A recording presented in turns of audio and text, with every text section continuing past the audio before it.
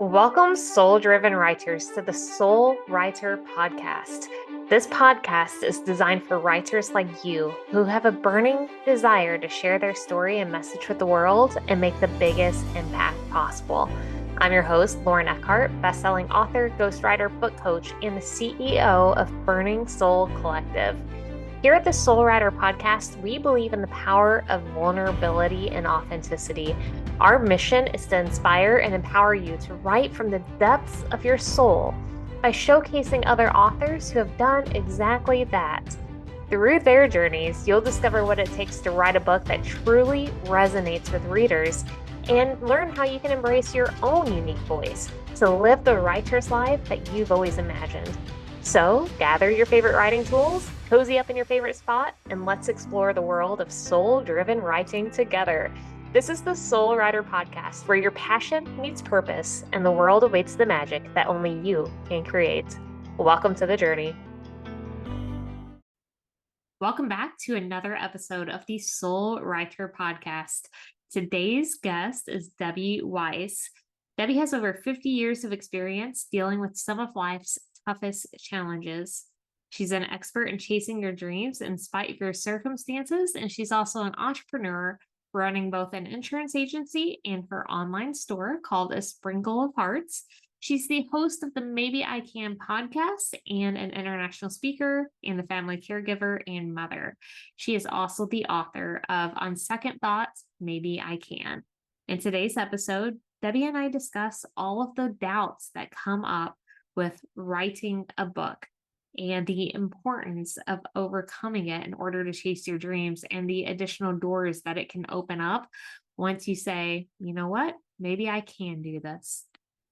All right, Debbie, thank you so much for joining us today for the Soul Writer Podcast. I am thrilled to have you here because people are going to hear this probably closer to your book's release, if not after your book's release. But right now, we are talking at a time when you just finished your manuscript and you're preparing it for publishing. So I'm really excited to talk and capture this moment in time, because when we bring you back, it's going to be fun talking about like your book's release and how it is on the other side of where you're at today.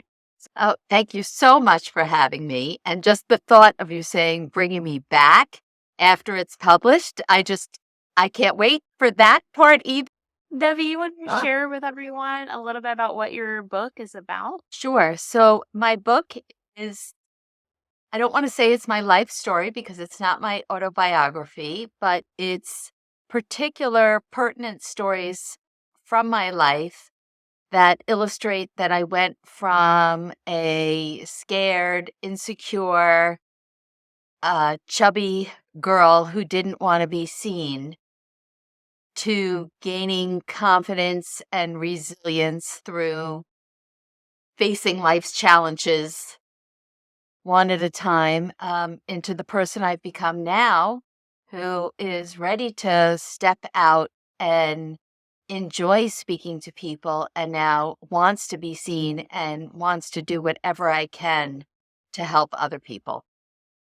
What I love so much about your story is just that it's so relatable on multiple layers, not just one main theme, but multiple layers throughout your book. So let's pick up with that, because I really haven't addressed much about theme in books yet in this podcast. So when it comes to your theme, how did you identify that? What would you say are the sub-themes too, and how they all tie together?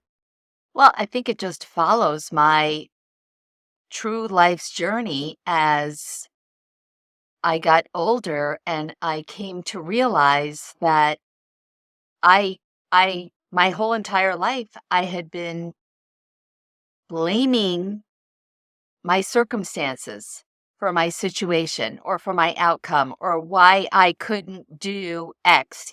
Oh, I can't do this. I've got to take care of my father. Oh, I can't do this because of the money. Oh, I can't do this because of my weight.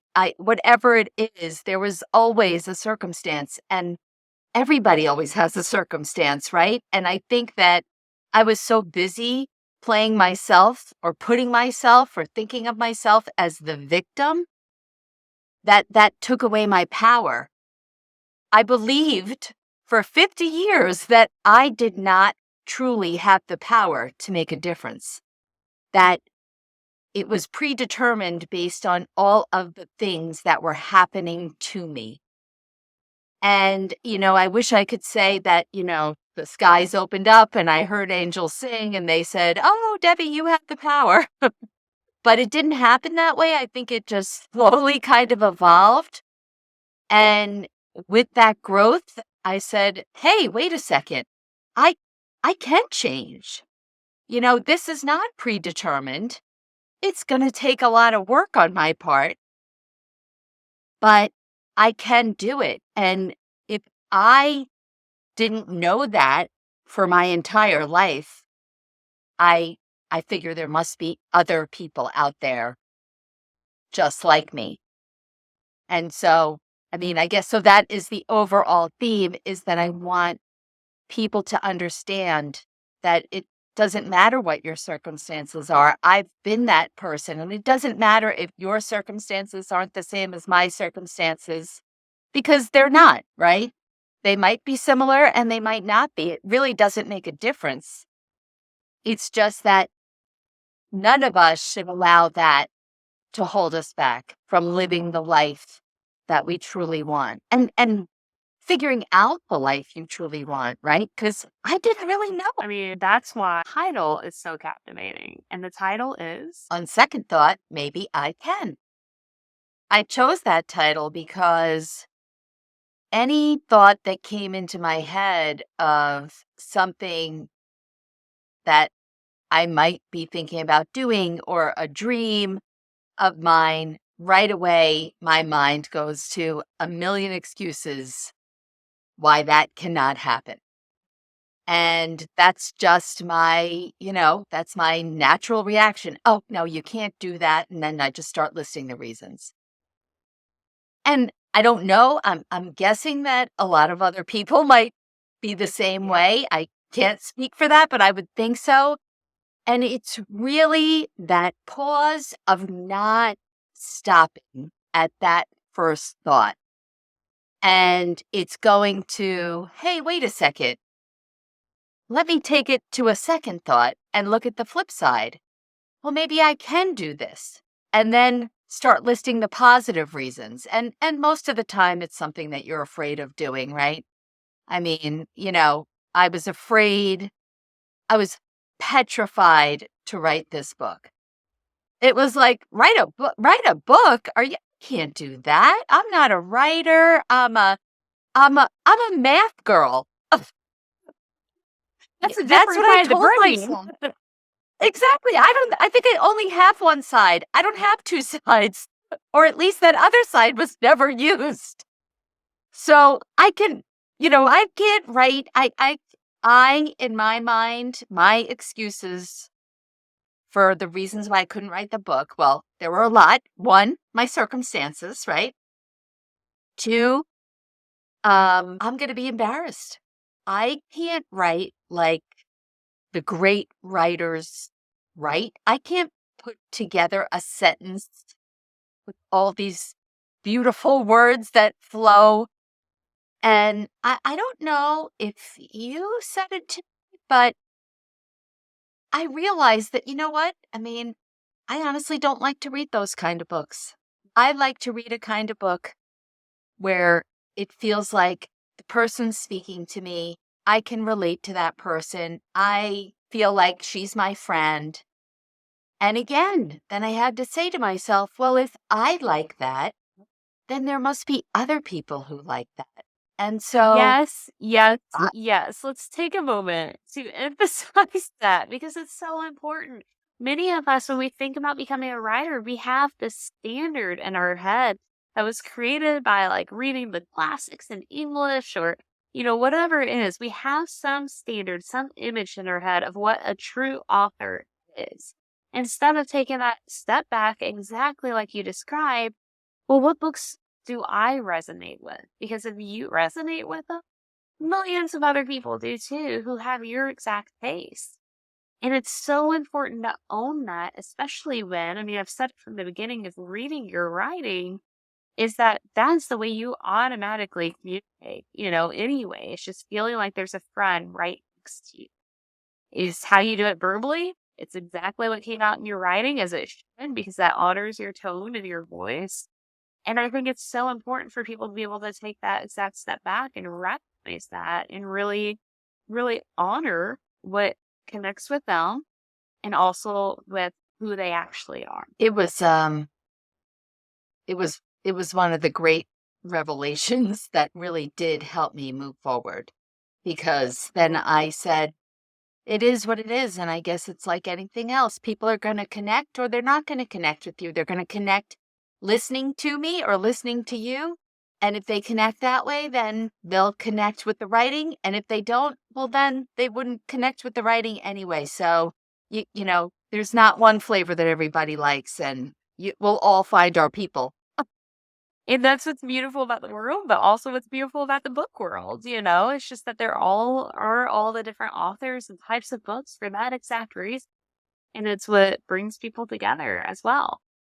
What else did you feel like you really faced in that initial resistance stage? I mean, I want to dive in because I've said also from the beginning with you, what I've admired is just you were one person that didn't just say they had a billion things going on or reasons why they shouldn't do this right now. Like, you legit had reasons that a lot of people, I honestly don't even know if I would have been able to say, I'm going to write this book during this time. Like, your street in that moment, the dedication to this goal, to this dream, your dedication, even more so to knowing that and trusting, having the faith that your message that you were about to write, the stories you were about to write, will for sure connect with other people.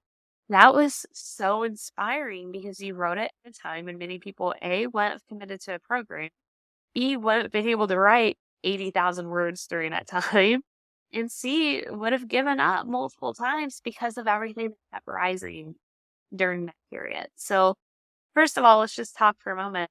How long did it take you to actually write your book? Oh my gosh, such a short period of time. I can't even believe it.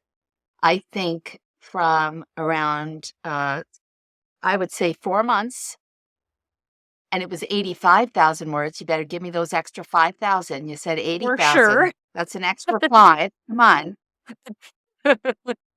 Definitely, 4 let's months. include. Thank you.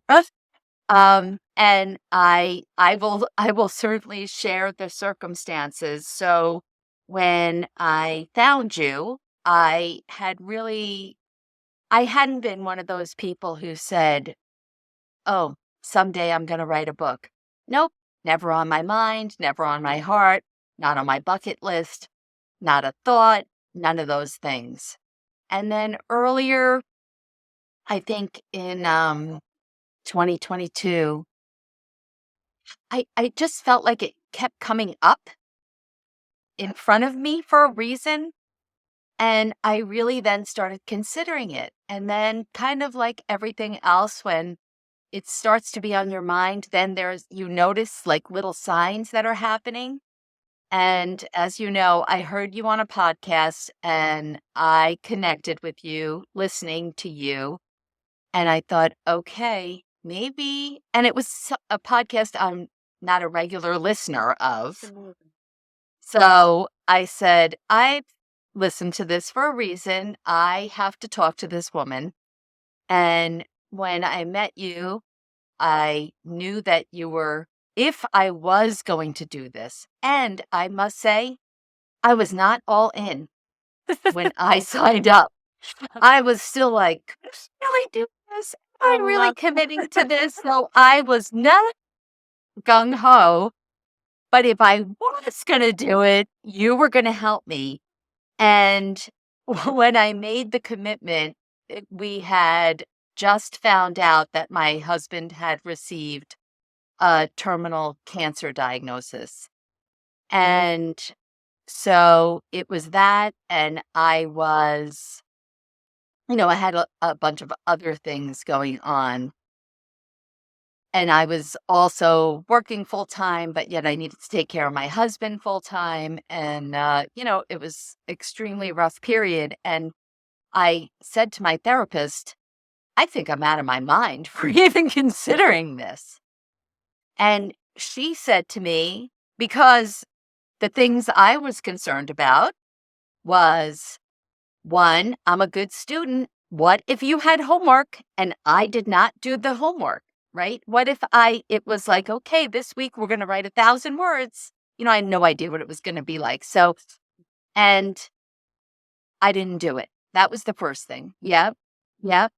And then the second thing was, what if I have to read what I wrote out loud and then the other people in the group were going to judge me because, as I stated earlier, my writing sounds just like you're listening to.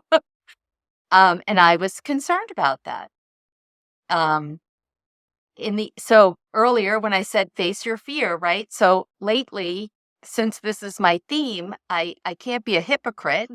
So I have to say to myself, well, on second thought, maybe I can.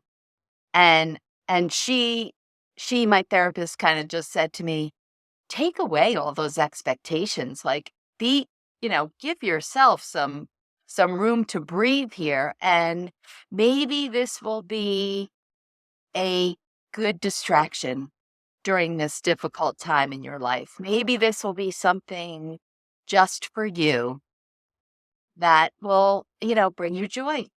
And she was right.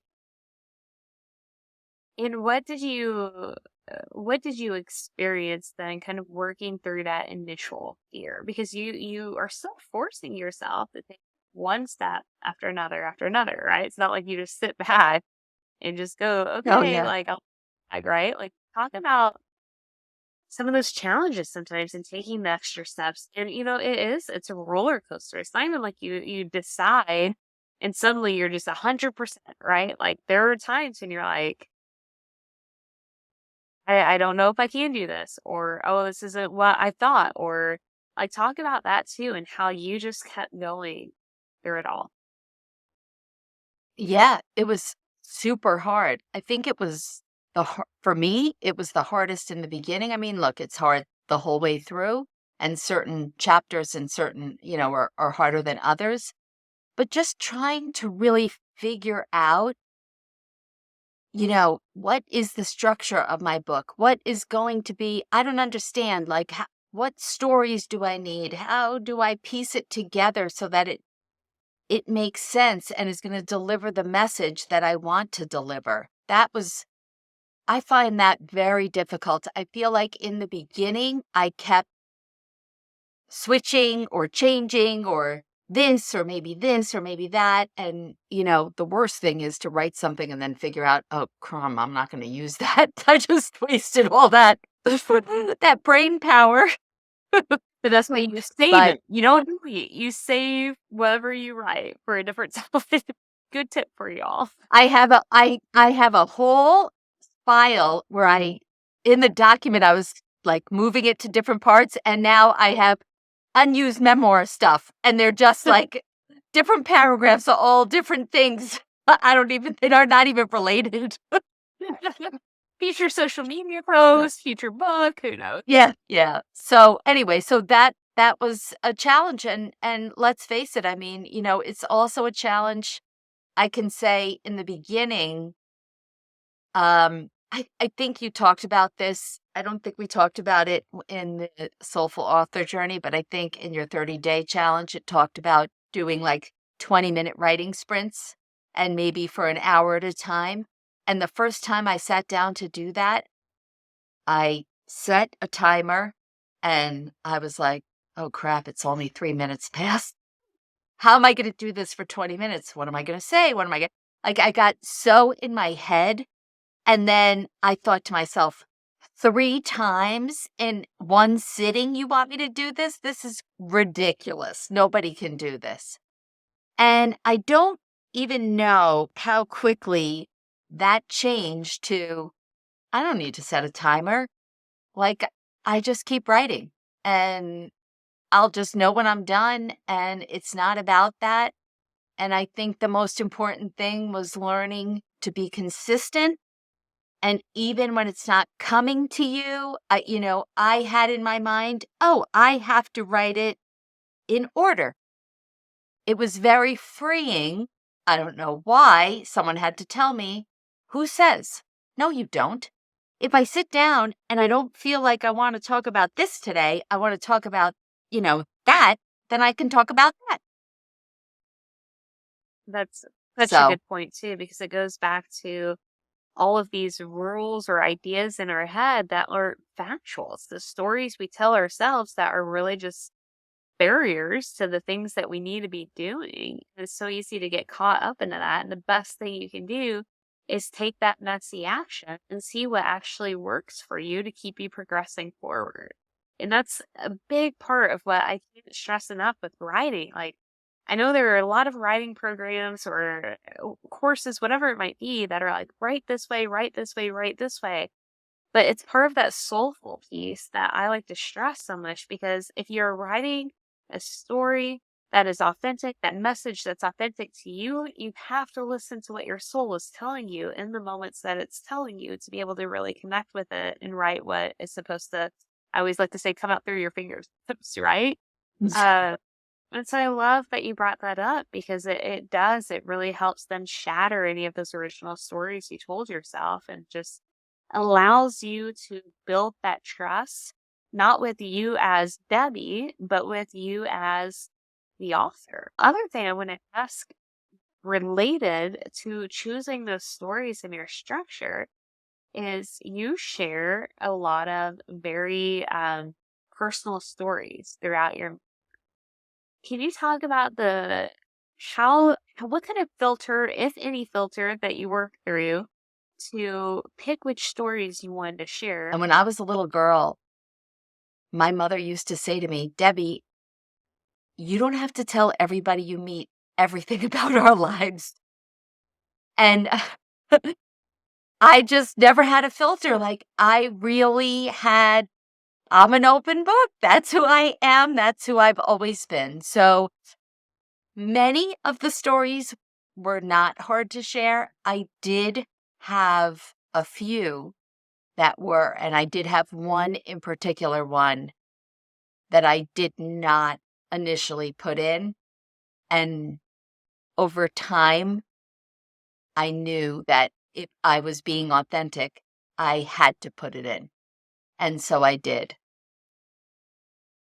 Look, it's going to be scary I really am. This is my life. This is not just my life. This is my inner feelings, good and bad, out there for the world to read. So it really is vulnerable, but yet I feel that's the only way to authentically deliver a message, is to just be honest, brutally honest. But it's hard. Even listening to you in the whole, Debbie, you don't have to tell everyone everything. Well, why not, though, at the same time, right? Like, who sets that rule? And is it an actual rule that needs to be there? Like, what if there are people who choose to share everything? Does that make them wrong? I don't think so. I feel like that's, again, what we can get caught up in, is supposedly what's acceptable. But I think that's one of the main reasons why I connected with you right away, is because I could tell immediately you were an open book. You just wear your heart on your sleeve. You're so honest and forthcoming. And I love that, because you don't find it everywhere. That to me is just, for like, going back to preferences with books. Those are the books I connect with. The people who I feel like are truly being authentic. Like, they're not just showing their Instagram version of themselves, right? Like, they are truly peeling back the covers and just saying, this is who I am. And it's not always pretty, because we're not perfect as human beings. We have to go through these experiences, and it's what helps people connect. And that's why I can guarantee, when your book is out into the world, because you have chosen to take that route, you are going to have so many new people come into your world and say, thank you, because I thought I was alone with how I felt, or me experiencing this, or having these thoughts, Or, wow, I didn't think anyone else went through this, or, really could talk about it the way you talked about it. It's exactly the way I would describe it. And that's what makes it so powerful. And it's such a, I mean, even now, just on social media, on my social media platforms, I do the same. I say what's on my mind. Funny thing you said your Instagram, perfect Instagram. Well, maybe it was around the same time that I started writing the book. It was like, you know what? Every time I'm going to make a video, reel, whatever the heck on social media, I can't have my hair done and my makeup on. And I kind of like gave that all up. And you know what? The best time and the time that I share my most authentic messages when I'm walking my dog in the morning with my hair a mess, no makeup, no nothing, and take it or leave it. And, I think it's the same thing with the book. Yeah, and I mean, Just, it's even taking those videos as an example, Debbie. It feels like when watching those that I'm taking a walk with you versus just watching something on the screen. And I would rather feel like I'm taking a walk with someone than just watching a made up show off my screen. well, thank you for that. What would you say is the piece? I mean, in this moment of preparing for your book to be published, what is the piece that you're most excited about in this current stage? And then also the one that you're most excited about once your book is actually out in the world? Well, in this current stage, it's just now, since I'm a first time author, this is all new to me, right? So the writing piece, not that it wasn't exciting, it was a little more grueling, right? Now, all of these things get to be a little bit exciting as my book becomes a reality, as we discussed before we came on the air, my book cover, oh my goodness, my name is going to be on the book and what's the cover going to look like? Like all of those things are so exciting. And now as we're talking, my book has been at the editors for over a week now. And so a friend of mine said, well, what do you anticipate that they're going to come back and say? I said, I have no idea. I hope they don't say, throw that in the garbage and start from scratch. But, it's exciting. It's exciting now watching all that effort turn to something tangible and a reality that's going to go out there. Because when you're sitting alone in your kitchen or your office, it's just you and your computer, it's still hard to visualize, oh, somebody actually might be reading this someday. And now it's going to happen. I'm just so excited to hear, hopefully, the impact that it will make for someone. And I actually was thinking of this before and got off on a tangent with social media now, just with those, 60, 90-second videos. When somebody writes back, a stranger, that says, your message helped me so much. I've had some messages lately about my grief. And I will say that my husband recently did unfortunately pass away. And I made a lot of videos about how I'm feeling. And when I get those messages that say, I shared this with my friend, I shared this with my mom, I understand exactly how you're feeling, either other widows or people who have lost somebody else or people who haven't lost anybody. It is the most amazing feeling because when you're making the videos, when you're typing on your typewriter, you have no idea. Is this for real? Is this really going to help somebody else? Because that is my main goal in pretty much everything that I do. And to hear that it did, I mean, I give my book away to every single person on the face of the earth, quite honestly. if that were the case. So that's what I'm looking forward to in a long-winded answer, is hopefully to get that feedback of it was impactful to somebody Yeah. else. And it helped them come to an epiphany and a start to a different life. I love that. And I absolutely love hearing too just how it was worth it in those moments of, because there's a lot of those alone moments when you are writing. Sometimes it's easy to lose sight of what all of this is for because it is a lot of hard work. If it was easy, everyone would do it, but it's hard for a reason. Exactly. Especially writing one that is so personal and, meant to be impactful, because you have that almost that clash where it's like you really want to be able to focus on this being for you in a lot of ways, like a release for you in a lot of ways. Writing your story, wanting to just keep it focused on that moment, right? In reality, you still have to be thinking about who else will be reading it. And that can be hard sometimes. Did you find those ever clashed, or did you feel like for you they worked together to heal you? Yeah, I don't think that I don't know if I really, when I was writing, it's hard to say, was I thinking about other people reading it? No, I was just thinking about getting my story out there. And like you said before, was it for me? I didn't feel like it was for me. I never wrote it for me. And I was actually shocked at how cathartic it was. I mean, everyone said, oh, wait until you write these stories, blah, blah. I'm thinking, yeah, yeah, yeah. Well, next thing you know, I'm putting myself back in some time in my life that I actually either forgot about or blocked out of my memory. And it's incredible how you mentally have to put yourself back there to try and articulate, really what was going on. And you do feel like you're experiencing it all over again. And there were several times where it brought tears to my eyes, or sometimes, where I was downright crying. And that was surprising to me. And on that note too, I mean, you talked in the very beginning when you were debating on even like taking this course, not knowing what's expected.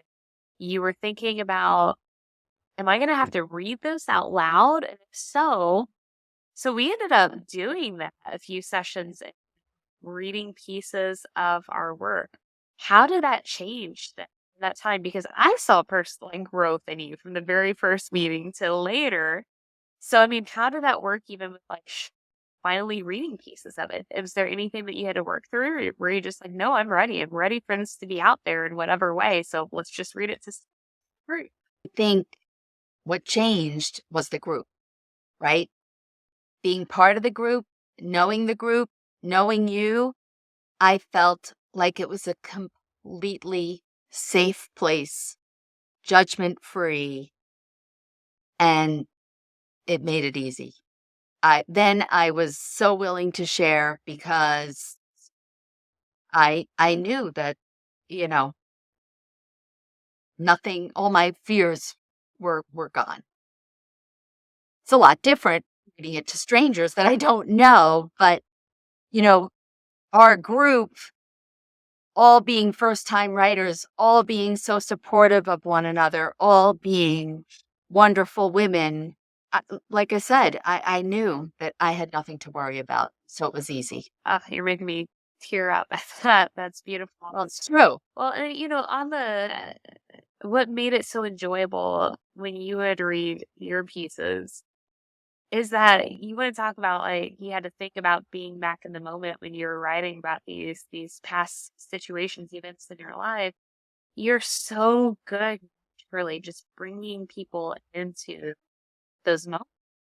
And, your writing style was different than other people's. It's so interesting how it's like that not only works for you specifically, but it's done so well too in what you're trying to communicate. And I don't even think you realized it in the beginning, right? Like how that was a natural gift. Like the first time I heard it, or read one of your pieces, like shocked that you did it so well. And how did it, I mean, like, at what point did you feel yourself really stepping into, like, I am an author? Like, I am seeing that I have skills or gifts that have really aided this journey. Well, I told you a million times, and I still think it. I'm like, she's lying to me. I And I cannot know you're wait. not a till liar. all the reviews come in and all the reviews say the same thing. You're like, okay, fine. I have to agree. Like, oh, she says that to everybody. She does. She's too nice. I know she would. So there's that. I thought, oh, come on.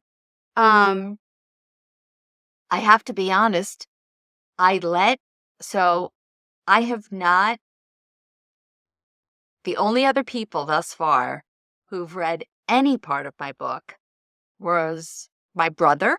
I let him, he only read part of it, the part kind of about our childhood, which was interesting to hear his take on it. But then I have a friend, a male friend, who I've been friends with for 30 years, and he really wanted to read it. And I trust his opinion. And I was afraid because I felt like he is going to say, oh, Deb, this, I don't know what I thought he was going to say. And his feedback was so positive, but he said the same thing that you did in that it was powerful, that many of the stories were very powerful. And that really gave me even more confidence because it's an outsider and he's someone who would be honest. So I don't know if I guess I'll call myself an author when it's published. However, I don't know.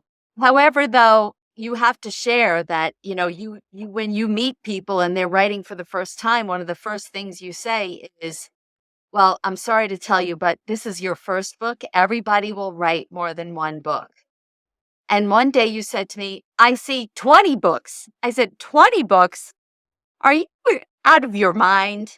And I have to say that, not that I see 20 books, but I want to keep writing. And this is, honestly, Lauren, a year ago, I would have bet you $10 million I would never write a book. It's amazing. It's amazing. It's like the best gift ever. The best gift and the worst curse because now I got to go back to the drawing board and start from square one.